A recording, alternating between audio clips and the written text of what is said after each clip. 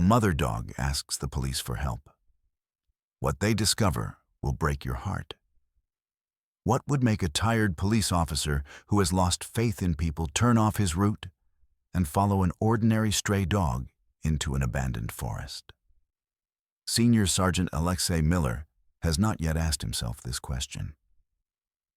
He was just driving his patrol car along the melting asphalt of the Sosnovka cottage community. The air was shimmering with heat, and the cicadas were chirping so loudly that he wanted to turn off his hearing. Another call came over the radio.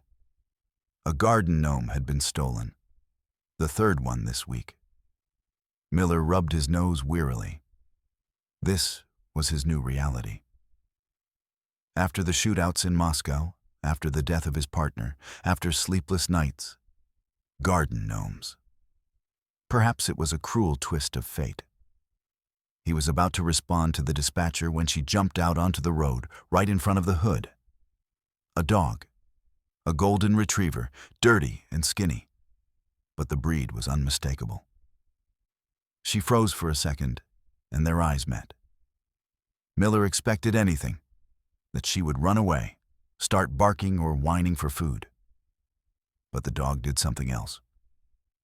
She let out a short, demanding bark, turned around, took a few steps toward an overgrown path leading into an old forest park, and looked back.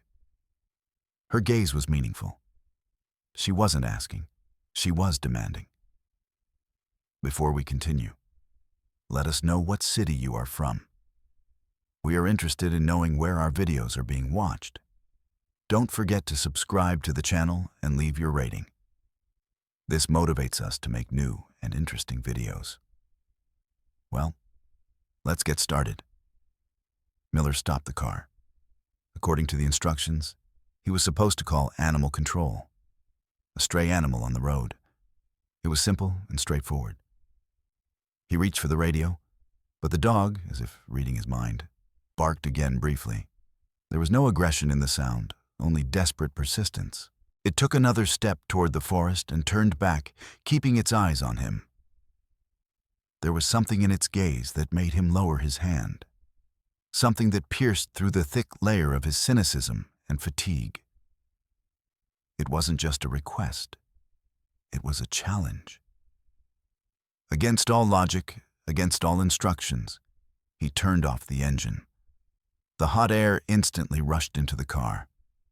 Miller opened the door, and its creak seemed deafening in the sleepy silence. Seeing that he had gotten out, the dog wagged its tail once and trotted down the path, confident that he would follow. And he did. Without understanding why he was doing it, he stepped off the asphalt into the tall, withered grass. He did not yet know that this step would change not only his life, but also himself. He simply followed the dog deeper into the abandoned park, where something awaited him that could break even the most callous heart. The path quickly disappeared, giving way to thick undergrowth. Branches clung to his uniform, cobwebs stuck to his face. The air became heavy, smelling of rotten leaves and dampness. The dog moved forward confidently, stopping only occasionally to make sure its strange companion was still following. Miller walked on, his police instincts screaming danger. This place was perfect for an ambush. An abandoned park on the outskirts of town, known as a hangout for local teenagers and shady characters. Maybe he was being lured into a trap. It was a reasonable thought, but something about the dog's behavior dismissed it. She didn't look like bait. She looked like a guide rushing to her destination. He drew his service pistol, just so his hand could feel its familiar weight. The dog led him to a dilapidated brick shed with no windows and a collapsed roof. She stopped at a dark opening and whimpered, quietly and plaintively. And then Miller heard it. A faint, thin squeak coming from inside. He froze, listening. The squeak repeated, full of suffering. He peered inside cautiously, his eyes adjusted to the dim light, A heavy metallic smell of blood and damp earth hit his nose. In the far corner, on a pile of rags, she lay, his guide. The dog was breathing heavily, her sides heaving, and next to her, tiny, blind calves were wriggling. Puppies. But something was wrong. The scene, which should have been touching, was terrifying. 2 calves lay completely motionless. The rest crawled weakly around their mother, who seemed to be on her last breath. Miller stepped closer, and his heart sank at the sight. The dog had had a difficult, complicated birth. She was alone, exhausted, in this dirty, dangerous place. He understood why she had called him. She wasn't asking for help for herself. She was asking him to save her children. His cynicism crumbled to dust. This wasn't just a dog. This was a mother in despair. He rushed back to the car, feverishly trying to remember the number the locals had given him. The number of the veterinary clinic. His fingers trembled as he pressed the buttons on the phone. Anna Sergeyevna? Miller, I have an emergency. Urgent. His voice broke. At that moment, his gaze caught on the wall of the shed. A malicious, grinning smiley face had been spray-painted on the bricks. It was exactly the same as the one he had seen yesterday on the fence of the house where the bike had been stolen. Veterinarian Anna Weber arrived 10 minutes later. Her old station wagon kicked up dust as it screeched to a halt at the park entrance. An energetic woman with reddish hair tied back in a ponytail got out of the car. She was carrying a large medical bag. She glanced quickly at Miller. "Where?" she asked curtly. He silently pointed to the shed. Anna stepped into the darkness without hesitation. She worked quickly and professionally. After examining the dog, she delivered a grim verdict. 2 puppies had been stillborn. Another was stuck in the birth canal, killing the mother. There was little hope. "Shine the light here," she commanded. And Miller, mesmerized, pointed the flashlight beam. He had seen a lot in his line of work, but now he felt like a helpless rookie. He watched her skilled hands do their work. He saw her focused face, the beads of sweat on her forehead. At that moment, she looked more like a surgeon in an operating room than a veterinarian in an abandoned barn. Minutes passed that seemed like an eternity. Finally, Anne managed to extract the stuck puppy, a tiny, lifeless body. "It's too late," she whispered. But then, as if unwilling to give up, she placed the puppy on a clean diaper and began to massage its heart, blowing air into its tiny mouth. "Come on, baby, breathe," she whispered. Miller held his breath. The whole world narrowed to this little bundle of life and the hands trying to save it. The puppy did not breathe. Anna put him aside with a heavy sigh. 3 lives out of 6 had been cut short before they even began. Now all her attention was focused on the mother and the remaining 3 puppies. She gave the dog an injection and treated her wounds. Goldie, as they had mentally named her, did not even growl. She only wagged her tail weakly when Anna touched her and looked trustingly at her rescuers. Miller felt a dull, powerless rage boiling inside him. Rage at those who had thrown her out. Rage at those who could have walked by. His gaze fell again on the graffiti on the wall. "That's the prince's mark," Anna said suddenly, following his gaze. "That's what the locals call him. Yegor Knyazev. He's the son of a businessman. His parents are rich, and he thinks he can do whatever he wants. His gang is always hanging around here." The name hit Miller like a bolt of lightning. Knyazev. Now this cruelty had a name. They carefully carried Goldie and the puppies to Anna's car. When Miller held her head, she licked his hand weakly. There was so much gratitude in that simple gesture that it caught in his throat. At the clinic, when they placed the exhausted family in a clean enclosure under a lamp, One of the surviving puppies, the smallest, suddenly began to tremble and whimper pitifully. His temperature was dropping rapidly. The next few hours turned into a desperate struggle for another tiny life. Anna and Alexei worked as a well-coordinated team. She gave short, clear commands, and he obeyed without question. Bring hot water bottles. Prepare a glucose solution. Hold the puppy while she gives him an injection. Miller forgot about sleep, about fatigue, about garden gnomes. All that mattered now was the faint heartbeat under his fingers. In between procedures, they talked. Or rather, Anna talked. She told him about other animals she had saved, about human cruelty and incredible kindness. Miller was mostly silent, but for the first time in a long time, he listened. And he heard. Towards morning, the puppy stopped trembling. Its breathing evened out. It eagerly latched onto its mother. It was a small but important victory.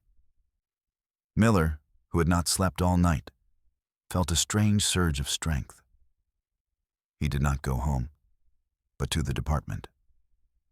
2 blank sheets of paper lay on his desk.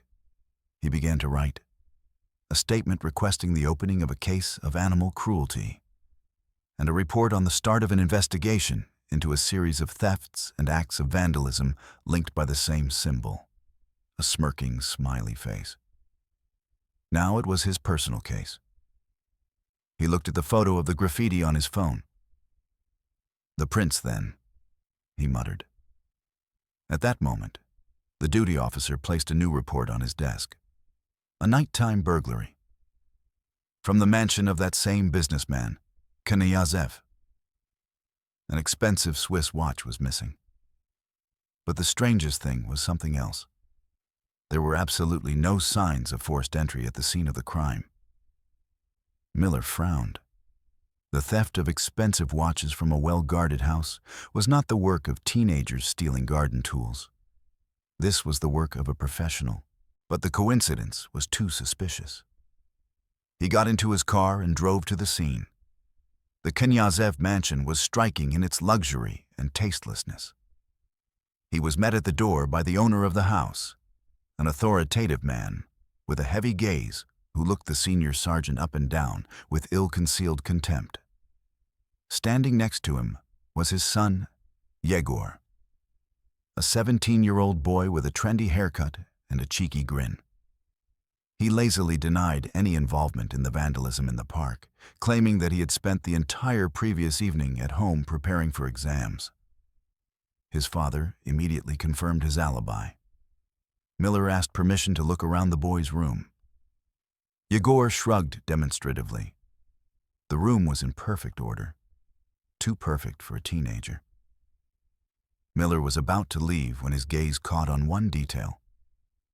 There was a pair of expensive sneakers by the bed, and on the snow-white sole of one of them, stuck in the tread, was a tiny ball of red wool, exactly the same as Goldie's.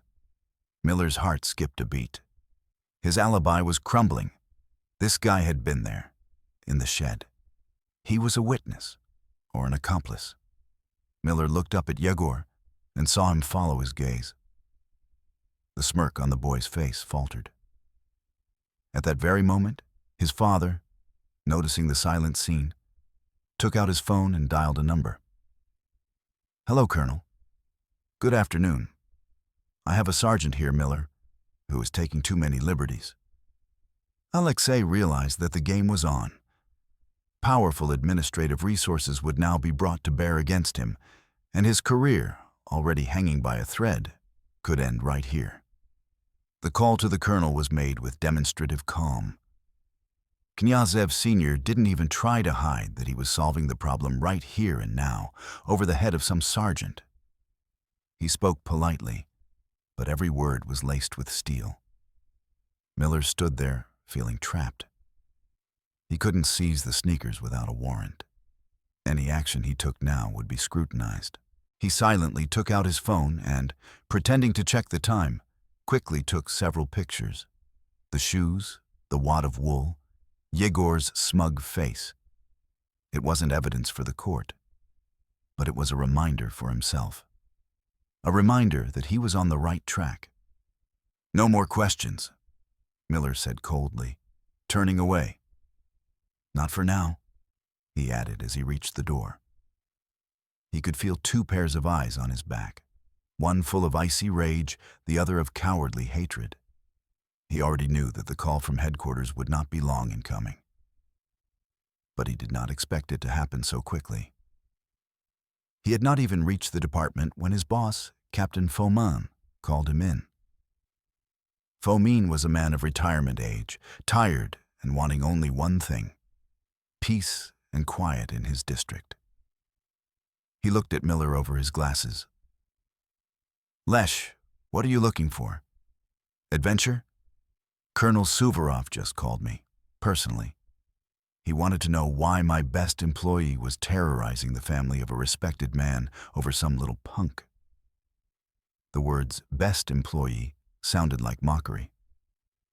"It's not a little punk, it's abuse," Miller replied hollowly. "And this respected man is covering for his sadistic son." Fomin sighed heavily and rubbed his temples. "Look, there's an official case. Theft of watches, expensive ones. Focus on that. And the dog case, close it. There's no crime. A stray dog gave birth in an abandoned shed. An accident, that's all. Case closed." Miller clenched his fists so tightly that his knuckles turned white. "I can't." "That's an order, Sergeant." Fomin snapped, raising his voice for the first time. "Get on the watches. Look for a professional thief. Don't go after the Knyazevs. Do you understand me?" Miller nodded silently and left the office, slamming the door behind him. An order is an order. But no one said it had to be carried out with enthusiasm. Anger was a poor advisor, and Miller knew it. To cool off, he didn't go home, but to the clinic to see Anna. The soft light, the smell of medicine and cleanliness had a calming effect. He went into the stall where Goldie was. She raised her head and wagged her tail weakly. Next to her, huddled together, were 3 little balls of fluff. They had grown a little over the past day. One of the puppies twitched a paw in its sleep. Miller reached out and gently stroked Goldie's head. She trustingly pressed herself against his palm. "How are they?" he asked when Anna entered the stall. "Stable. Mom is a fighter. She's eating well, which is the main thing. The puppies are getting stronger too." She looked at his grim face. "Something happened?" Miller briefly recounted his conversation with his superiors. Anna listened silently, her green eyes darkening. "So, they're going to get away with it?" she asked expressionlessly. "Officially, yes. I've been ordered to investigate the theft of the watches." "What a coincidence," Anna snorted. "Do you believe in coincidences?" Miller shook his head. "Only fools believe in them in our line of work. But it will be almost impossible to prove anything. I need to find a weak link in his company." "Maybe I can help," Anna said suddenly. "Yegor has a guy in his company, Dima Shulgin. He's not rich. His mother is a single mother who works 2 shifts at a local store. He brought us a kitten that had been hit by a car. He was crying and begging us to save it. He doesn't seem like a sadist. Maybe he knows something?" Anna's information was the very thread they could cling to. Dmitry Shulgin. Miller opened an unofficial file on him. His family was incomplete. They lived modestly. The guy himself was not on record, but he had come to the attention of the authorities several times for petty hooliganism in the company of Knyazev Jr. A classic follower who had fallen under the influence of a bad guy. Miller decided to take an unconventional approach. He didn't call Dima into the department, instead using the theft of the watch as an official pretext. He began questioning everyone who had been at the Knyazev's house over the past month. The list was long, and Shulgin's name was on it, of course. He waited for the guy in the evening at an old abandoned movie theater, their usual hangout. Dima was alone. Seeing the police car, he flinched and tried to leave, but Miller blocked his way. "Dima, calm down. Just a chat," he said as peacefully as possible. The guy was scared. His eyes darted around. His hands were shaking. "I don't know anything about the watch," he blurted out. "I'm not talking about the watch," Miller replied quietly, looking him straight in the eye. "I'm talking about the dog in the shed." At the mention of the dog, Dima turned pale as a sheet. He began to deny everything, incoherently and unconvincingly. "I wasn't there. I don't know what you're talking about." Miller didn't press him. He just stared. "You know, Dima, I chickened out once too, a long time ago. And because of that, my friend died. And I live with that every day. Can you live with what happened in that barn? With what you did?" He spoke quietly, but every word hit home. He could see the guy's defenses crumbling. "It wasn't me. It was all Prince," Dima suddenly shouted, and tears rolled down his cheeks. He beat her. When she started giving birth, he went crazy because she was whimpering. First he threw stones, and then he took a stick. At that moment, Miller realized that the picture was even worse than he had imagined. This wasn't just teenage cruelty. This was deliberate torture. "And what did you do?" Miller asked. I tried to stop him, but he hit me. He said if I told anyone, he would..." Dima fell silent, looking around fearfully. "What would he do, Dima?" But the boy wasn't listening anymore. His gaze was fixed on something behind Miller. Alexei slowly turned around. A few meters away stood Yegor Knyazev. He was not alone. Next to him were two men in formal suits who looked like security guards. Yegor smiled his most vile, coldest smile. "Lost, Sergeant?" he asked insinuatingly. "Or did you decide to chat with my friend? He has a vivid imagination, you know. He can say all sorts of things." The situation escalated to the limit. Two bodyguards stepped forward, cutting Miller off from the car. Dima cowered, ready to sink through the ground. "We were just talking," Miller replied calmly, although inside he was boiling. He understood that Yegor hadn't come by accident. He was watching Dima, or him. "The conversation is over," said Yegor. "Dima, get in the car." The young man, not daring to raise his eyes, slipped past the guards and got into Knyazev's expensive SUV.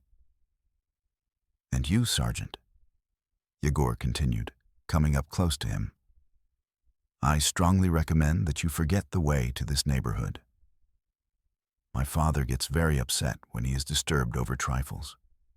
And when he gets upset, people start having problems, very big problems." The threat was direct and undisguised. Miller looked into his insolent eyes and saw only emptiness and cruelty. He knew that now any wrong move, any harsh word could lead to a fight, after which he would definitely be fired. He watched silently as the SUV drove away, taking his only witness with it. He was left alone in the middle of the deserted square, tasting defeat. But with it came another feeling, a cold, calculating rage. Now he knew he wouldn't back down, even if it cost him everything. Back at the department, he sat down at his computer. If he was forbidden from investigating the dog case, he would get to the bottom of the watch theft. He opened the case file. The list of stolen items: a Patek Philippe men's watch, Calatrava model. Value: approximately 2 million rubles. He began looking through the photos from the crime scene. There were no signs of a break-in, The door had been opened with a key, or someone knew the alarm code. This narrowed the circle of suspects to a minimum, only those who had access to the house. And then his gaze caught on one detail in the photo from Knyazev Sr.'s bedroom. On the bedside table, next to an empty watch case, lay a small women's bracelet. Cheap jewelry. It looked completely out of place in this luxurious setting. The forensic experts noted it in their report, but did not attach any significance to it. But for some reason, Miller couldn't take his eyes off it. He enlarged the image. The bracelet was made of simple beads, and one of them had the letter K scratched into it. But not K as in Knyazev. K as in Katya. And then he remembered. There was another name on the list of people who had access to the house. Katerina Shulgina, Dima's mother. She worked for the Knyazevs as a cleaning lady. Katerina Shulgina. That name looked like just a line of text in the crime report. But now, in Miller's mind, it flashed like a neon sign. A cleaning lady, the mother of the only witness.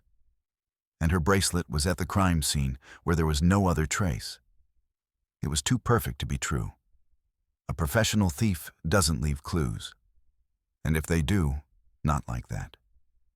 Cheap jewelry at the scene of a $2 million theft is not a clue. It's a message. It was leverage. A way to shut Dima Shulgin up forever. If his mother was accused of a serious crime, the boy wouldn't just keep quiet. He would take on any guilt he was told to. Miller looked at his watch. It was late, but he knew he couldn't delay. He found the Shulgin address in the database. An old 5-story building on the other side of town, in a neighborhood where the owners of mansions only stopped by if they took a wrong turn. The contrast was striking. Instead of high fences, there was peeling paint on the walls of the entrance. Instead of landscaping, there was a scrubby front garden littered with cigarette butts. The door was opened by a tired woman in her 40s with tear-stained eyes. It was Katerina. When she saw the man in uniform, she shuddered and her face turned even paler. "Dima isn't here," she said before he had a chance to introduce himself. "They took him away. Those people." "I know," Miller replied softly. "May I come in?" She hesitated for a second, then silently stepped aside. The apartment was small but very clean. It smelled of bleach and cheap laundry detergent. Miller did not sit down. He could see that she was already at her limit. "I'm not here about your son," he began. "Well, not exactly. Katerina, were you working at the Knyazevs yesterday?" She nodded. "Yes, in the morning, as usual." "Was anyone else in the house after you left?" "I don't know. I left. They were all at home. Yegor and his father." Miller took out his phone and showed her a photo of the bracelet. "Is this yours?" Katerina gasped, covering her mouth with her hand. Her reaction was completely genuine. It wasn't the fear of a guilty person, but shock and incomprehension. "Yes, it's mine. Dima gave it to me last March 8th. But I lost it. Probably 2 weeks ago. I thought maybe I left it somewhere on the street." She looked at him with desperate hope. "Where did you find it?" Miller hesitated. "On the bedside table in Knyazev Sr.'s bedroom, next to where his watch disappeared from." Katerina's face contorted in horror. She understood everything, the whole diabolical scheme. She slowly sank down onto a stool. "They want to put me away," she whispered, "to keep Dima quiet. He told me everything, about the dog, about how Yegor beat it. My son cried. He didn't want to. He's scared to death of him." Now the puzzle was complete. It was revenge and insurance at the same time. Knyazev Jr. wasn't just a sadist. He was also a calculating manipulator. Miller felt a wave of coldness rise in his throat. His opponent was more dangerous than he had thought. "Katerina," he said firmly. I need you to be very strong right now. For Dima. Don't open the door to anyone. Don't talk to anyone, especially if the police come. Demand a lawyer. Do you understand me? She nodded silently, swallowing her tears. As he left, Miller turned back at the door. I'll get your son out, and I'll prove that you were framed. I promise. He said it to give her strength, but deep down he knew what a hopeless battle he was getting into. He had nothing. Just the words of a frightened woman and circumstantial evidence that any of the Knyazev's lawyers would tear to shreds. He needed a trump card, something irrefutable. On the way, he stopped by the clinic again. He just needed to see them, to make sure they were okay, that all this wasn't for nothing. Anna was in her office, looking through some papers. When she saw him, she knew right away that something was wrong. What now? She asked. He told her about Katerina and the bracelet setup. Anna listened, frowning. Classic intimidation tactics, she said. Slander everyone around you so you come out clean. You need something that can't be disputed. But I don't have anything, Miller admitted bitterly. Just the testimony of a scared boy who has probably already recanted. Anna stood up and walked over to the biomaterials refrigerator. Maybe there is something after all, she said quietly. She took out several folders and placed them on the table in front of Miller. I didn't tell you yesterday because I didn't want to add to your horror. But today I finished the report. I performed autopsies on the 2 puppies that died. She opened the first folder. It contained photographs and lines of dry veterinary text. I thought they died of complications. But the cause of death is different. Both had multiple hematomas in the subcutaneous tissue. In simple terms, they were beaten. Or their mother was beaten during labor, with such force that it caused internal bleeding in the fetuses. This is not an accident, Alexei. This is murder, and I have an official report. Miller stared at the report, the letters blurring before his eyes. This was it. Irrefutable proof. An expert opinion. Something that couldn't be intimidated, bribed, or coerced into recanting. This changed everything. Now he didn't just have a case of child abuse. He had a case of sadistic murder of defenseless creatures. With this, he could go to the prosecutor, over the heads of his boss and his patron colonels. He felt a rush of adrenaline he hadn't felt in a very long time. Hope, almost extinguished, flared up with renewed vigor. Anna, you... He couldn't find the words. I was just doing my job, she replied. Now go and do yours. He nodded, took the files, and left the clinic. The night was stifling, but he felt like he could breathe freely. For the first time in the last 24 hours, he felt like he had a chance to win. He had already gotten into his car and started the engine when his phone rang. It was Anna's number. Surprised, he pressed the answer button. Did you forget something? He asked. But instead of an answer, he heard intermittent, panicked breathing on the other end of the line. Alexei. Anna's voice was breaking with terror. They're back. Someone's breaking down the back door of the clinic. I think it's them. They want to get the dogs. At that moment, there was a deafening crash of breaking glass. Then silence. The silence on the line was scarier than any scream. Miller pressed the gas pedal to the floor. The car lurched forward, its tires screeching.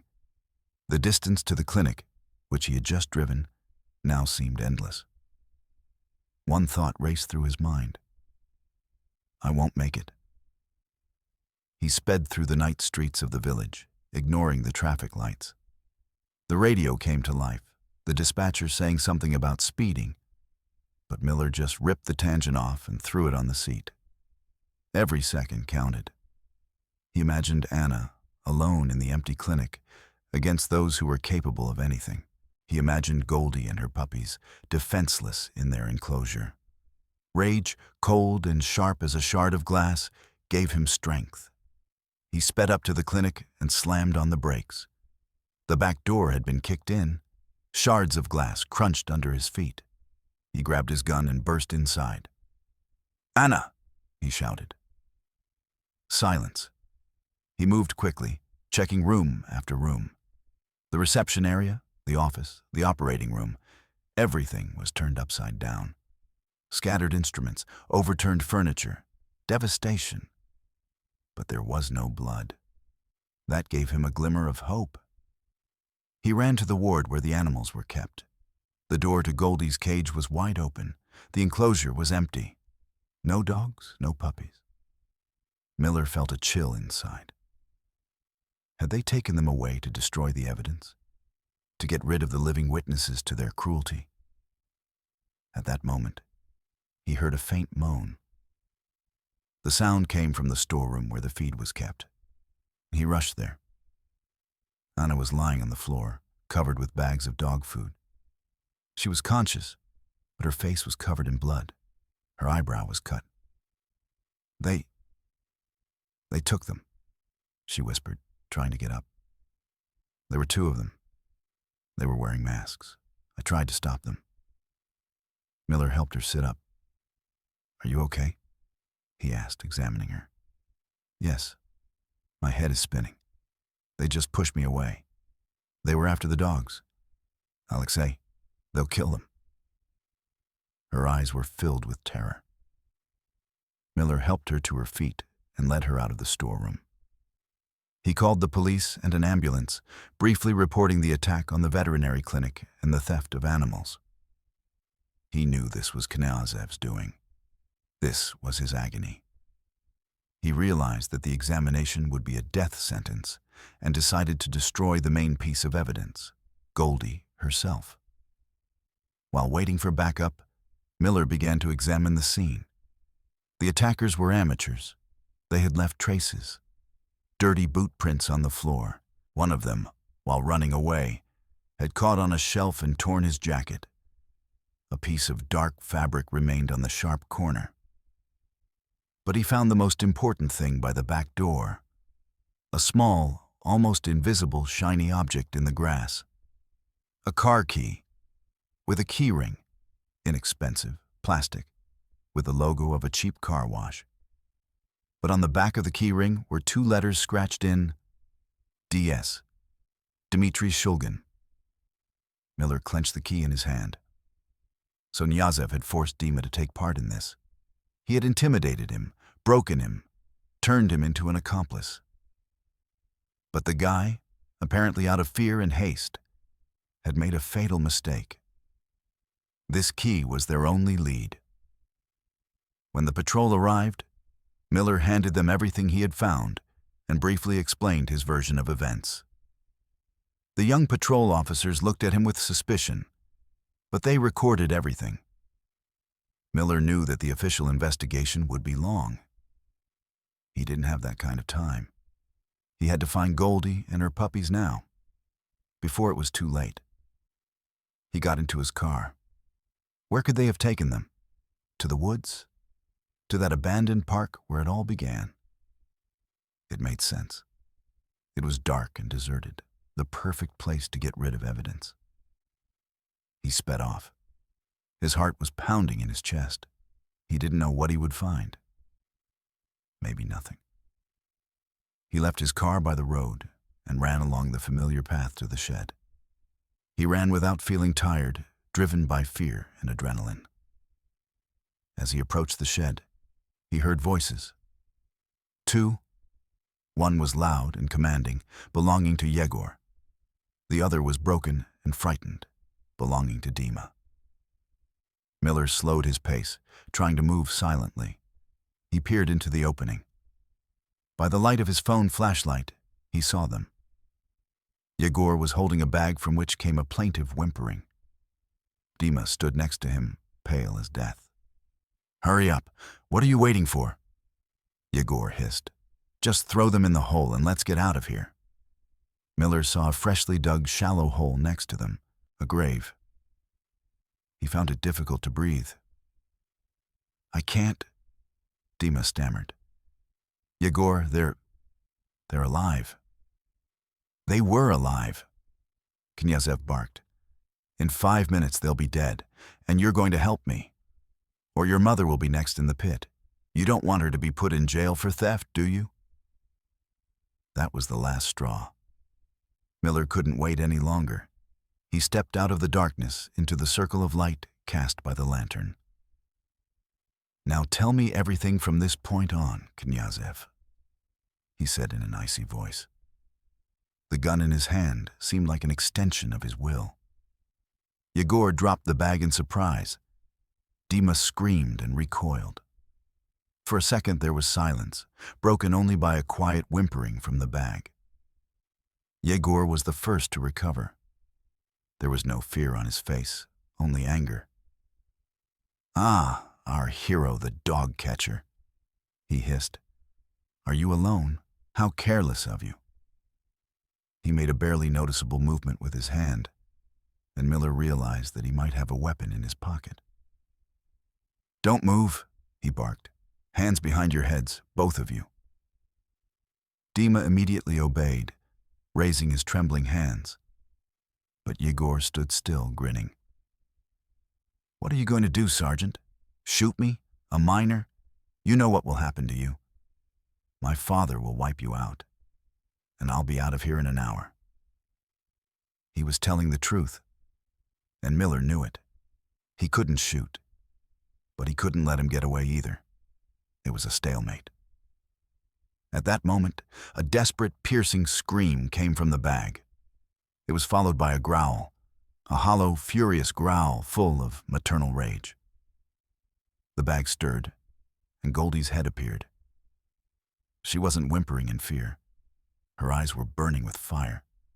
The hair on her neck stood on end. She wasn't looking at Miller.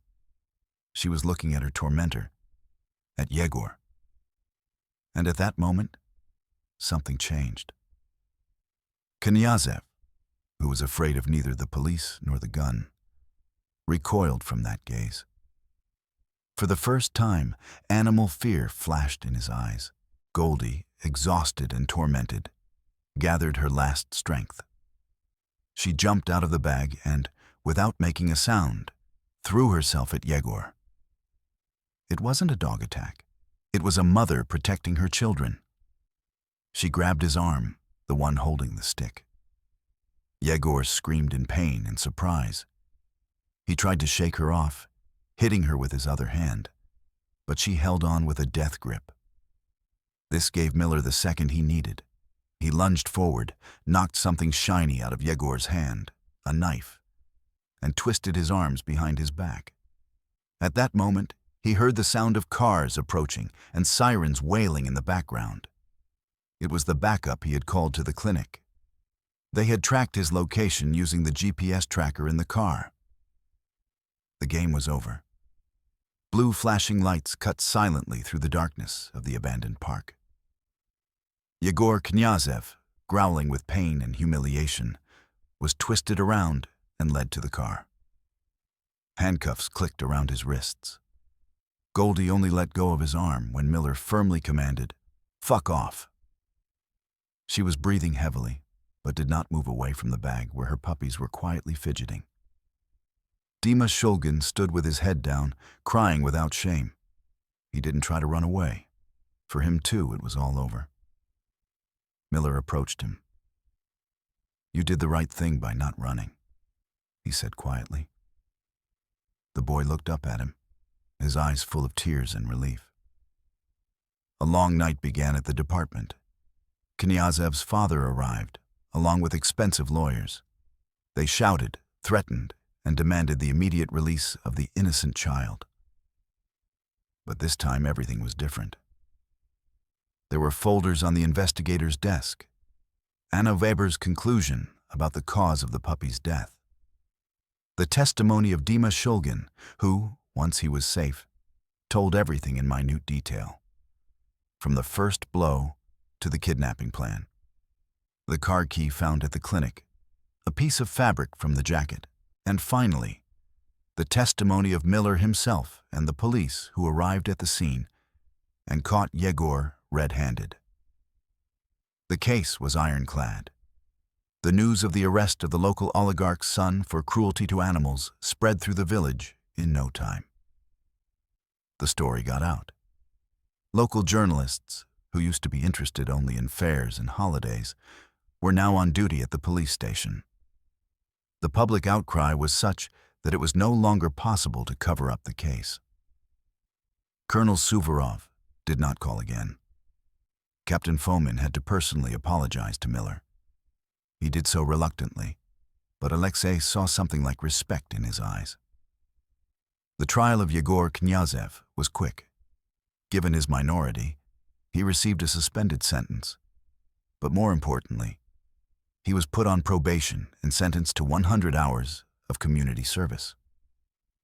Ironically, he had to work them off at Anna Weber's veterinary clinic.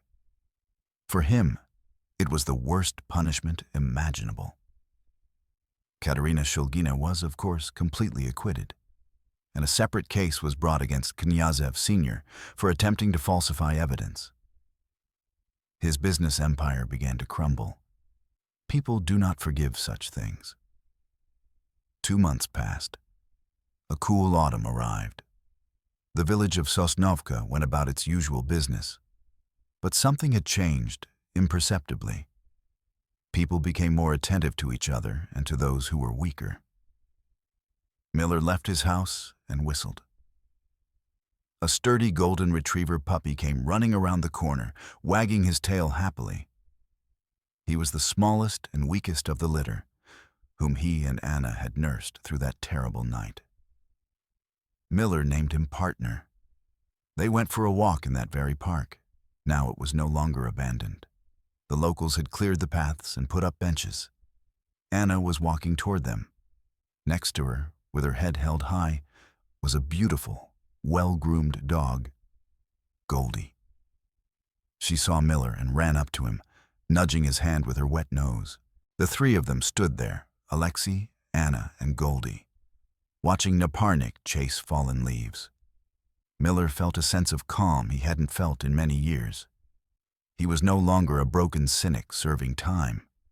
He was a police officer who protected those who needed it. He had found his place, and he wasn't alone. "You know," Anna said, breaking the silence. Today was Knyazev's first day of community service. He was washing floors at the hospital. I think it was the first time in his life he'd ever done anything with his hands. Miller smiled. Maybe he'll become a real person. I'm not so sure. Anna shook her head. But at least he's learned one lesson. What's that? Miller asked. Anna looked at Goldie, who was watching her son with maternal tenderness. Never underestimate a mother's love, no matter what form it takes. Miller nodded. He looked at his new four-legged friend, at the dog he had saved, at the woman who had helped him save not only them but himself. And for the first time in a long time, he felt completely happy. He was home. What would you do if you were the judge sentencing Yegor Knyazev? Would you give him a suspended sentence in community service so that he could face the consequences of his actions? Or would you insist on a real prison term in a juvenile colony, believing that this is the only way to correct such cruelty?